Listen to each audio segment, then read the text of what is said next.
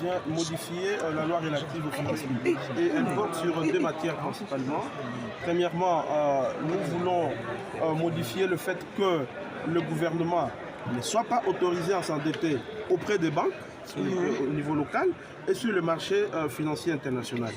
Et donc nous voulons lever ces verrous et s'ouvrir sur le marché international et permettre à notre pays de mobiliser suffisamment des recettes ou des ressources pour pouvoir financer les investissements structurants.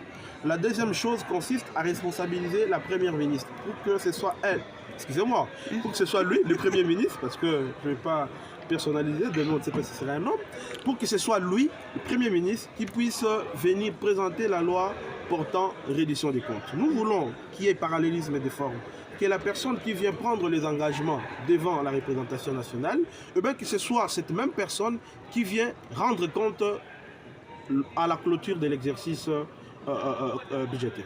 Mais par rapport à l'endettement... Mais ce qu'il faut retenir, que le taux tient compte d'un certain nombre d'éléments. Aujourd'hui, nous avons, je dirais, un taux acceptable qui varie entre 8 et 10% pour les emprunts publics. Et je crois que c'est quelque chose à encourager parce qu'avant ça, nous étions au-delà de 10%.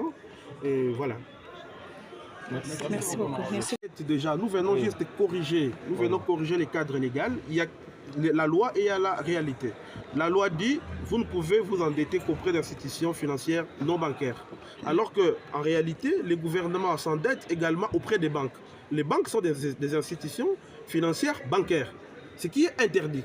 Et donc nous venons corriger justement cette anomalie pour permettre au gouvernement de mobiliser les moyens en toute quiétude. Nous ne venons pas limiter les capacités de mobilisation des ressources du gouvernement. Dans la plupart d'intervenants,